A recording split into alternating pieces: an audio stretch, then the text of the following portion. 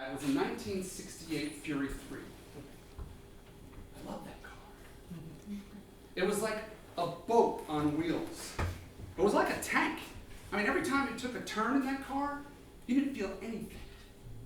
And the back seat was a couch. I had this beautiful redhead in the back of that car. A real redhead.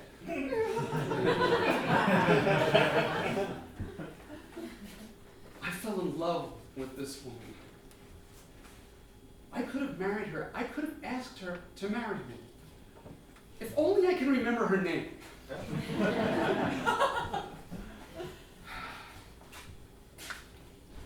My father told me that how he met my mom. And he was in high school. He took one look at her and turned to his buddies and said, "That's the woman, that's the girl I'm going to marry." Just like a movie, huh? Yeah. Are you fucking kidding me? Is this what a 17-year-old kid says to his buddies in high school? I think this was edited. I think he was trying to protect me and my mother and my sister. I think it went down something like this. Paraphrasing, I guess. Hey guys, see that chick? I'm gonna hit that. That's the advice I get? This is how I meet women? Just by pointing? Are you kidding me with this cock and bull story? I mean, if I was single and I did this today, and I walked up to a woman and I said, "I'm gonna marry you," I would get tasered. And then maced, I'd be dead. I mean, let's face it. Women today take yoga, all right? Take kung fu, and they carry weapons. They're very dangerous. I'm on painkillers and Celebrex. I got a problem with my neck.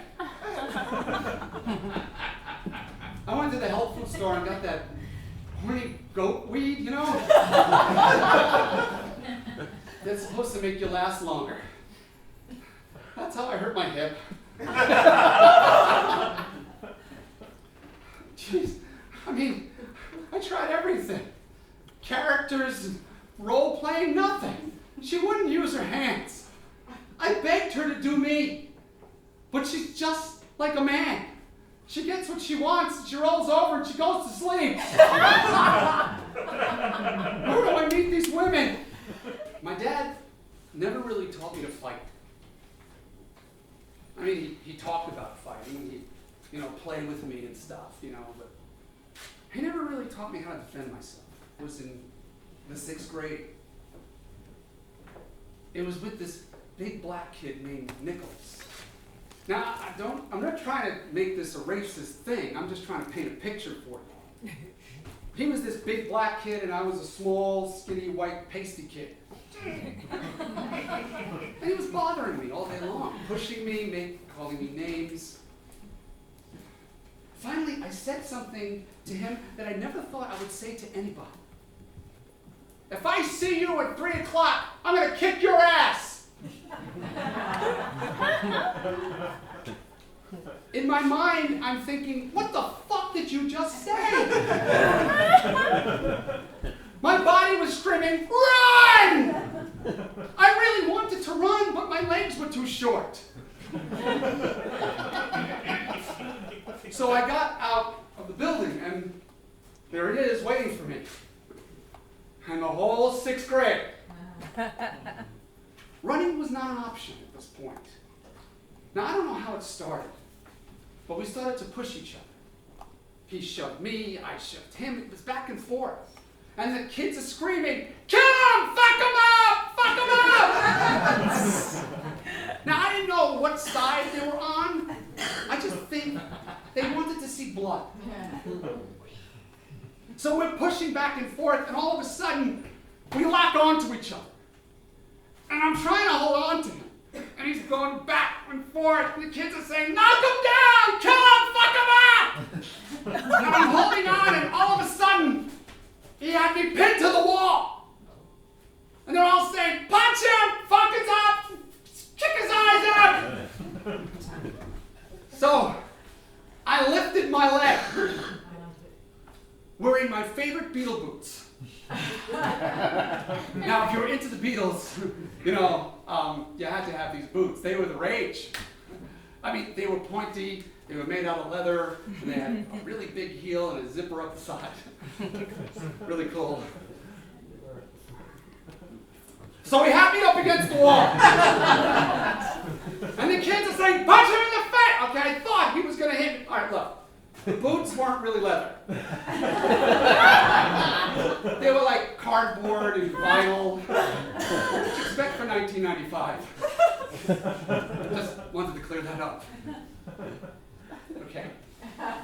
So he had me up against the wall. And I just knew he was going to hit me. So I lifted my leg and kicked him in the stomach.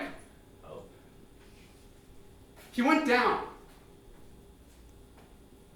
He looked hurt. I never wanted to hurt anybody in my life.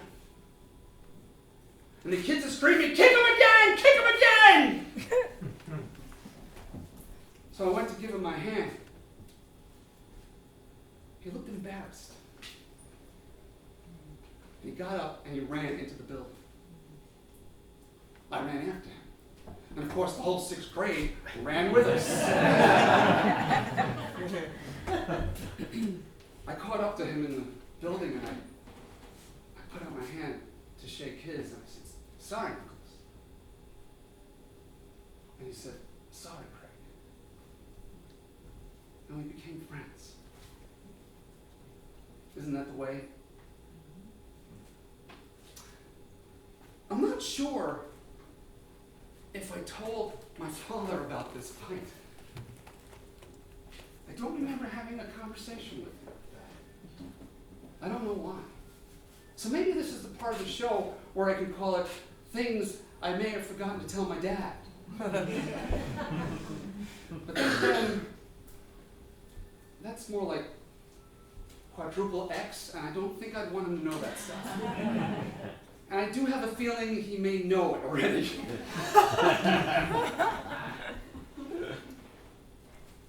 A few years later, I always wanted to take karate.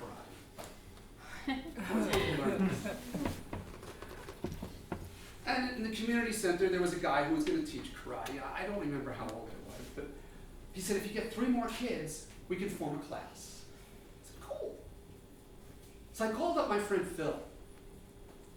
I said, Phil, they're teaching karate classes in the community center. If we get 3 more people, we can learn karate.